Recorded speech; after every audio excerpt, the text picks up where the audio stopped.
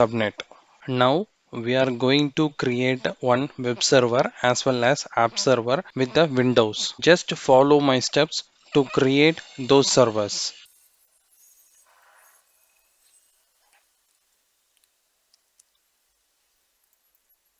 Create PEM key.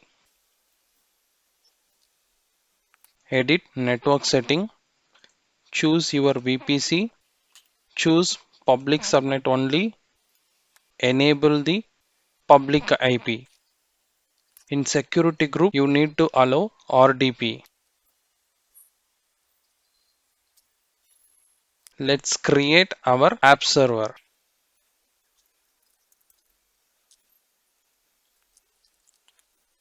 Choose Windows key. Edit network setting. Choose our VPC. Here you need to choose private subnet. Disable public IP. In this security group, you need to make custom add security group. In this you need to make as custom, and here you need to allow only the public subnet which you allowed. Those things only you are going to allow in the private subnet also. So you need to copy the public subnet security group and paste it here, so that whatever protocol you allowed in the public subnet, those protocols you are going to allow in the private subnet also. This is our web server. Here we have security group. Copy, paste. So network part is done. Let's launch.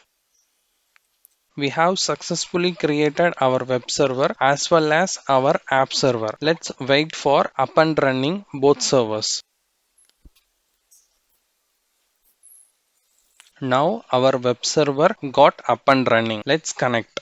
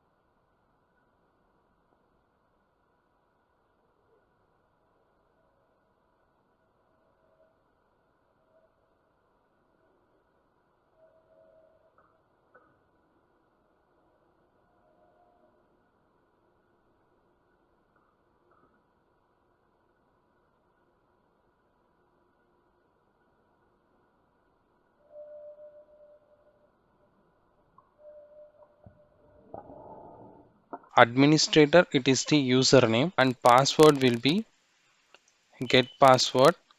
Upload your PEM key. Here is our PEM key.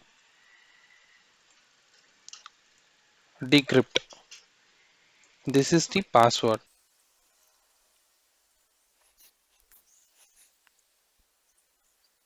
Now we have connected our web server which is located in the public subnet. Let's check the internet connection.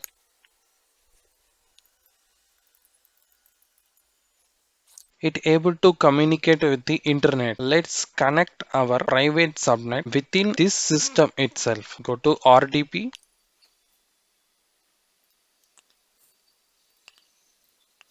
Now our app server also up and running.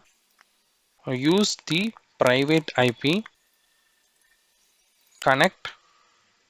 You can see we are not able to connect because there is no internet available with this private subnet. That's why we are not able to connect. For the internet, we are going to create a NAT and we are going to attach so that internet will flow to the private subnet. Go to VPC, NAT gateway, create NAT gateway, NAT 1, select from the public subnet because from the public subnet only we have internet. So we need to choose our IP from public subnet so that we can get the internet. Allocate elastic IP. You can choose connectivity as private also. It is more secure. I am choosing public for demo purpose. Create NAT gateway. You can see that we have created one NAT gateway which is showing in the pending status. Now we are going to add this NAT gateway into the private routing table so that internet will flow to the private subnet. Go to routing table, click private routing table, routes, edit route, add route, allow all IP, but here you need to choose your NAT gateway. Save the changes. You can see right now we have added our NAT gateway in the private routing table. Let's check the NAT gateway status. Still it is pending. It's need to be active status. So let's wait for active status. Now you can see it is on available. Let's go and check with our private. So we have created our web server.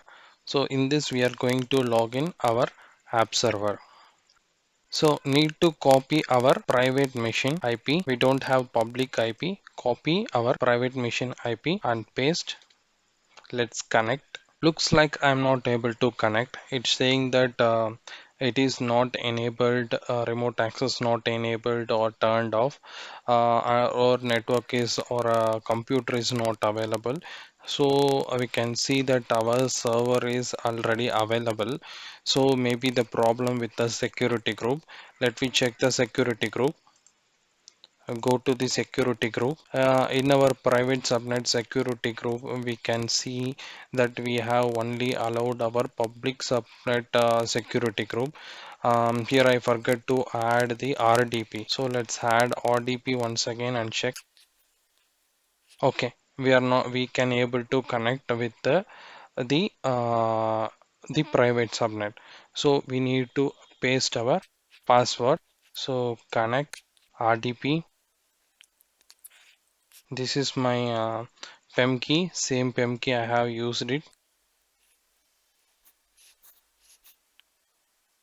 Okay, you can see here we have logged in with our 10.0.2.159. This is our private subnet app server machine. So we have successfully connected with our app server machine. Let's check it's having the internet flow. Yes, it's having the internet flow so that we can able to connect.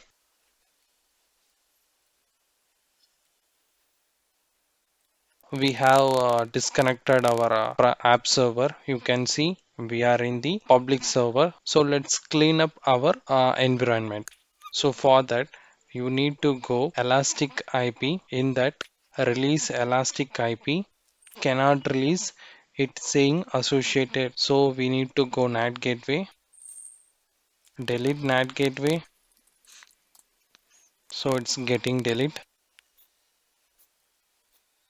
Okay, it's deleted. Let's delete our VPC. Okay, before that we need to terminate our servers. Go to EC2, terminate our server, shutting down.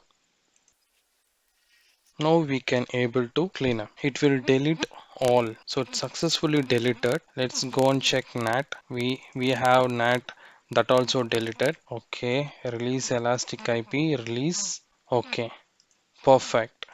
We have successfully cleaned our environment also. So like this you can create your own VPC within your public subnet and private subnet. You can create your web server as well as app server, and you can do whenever you require the patching work, you can enable the NAT, and you can connect with your public subnet. so that the internet will flow to the private subnet, so the app server will get the internet flow. So if you like this video, give thumbs up, subscribe my channel. Thanks for watching.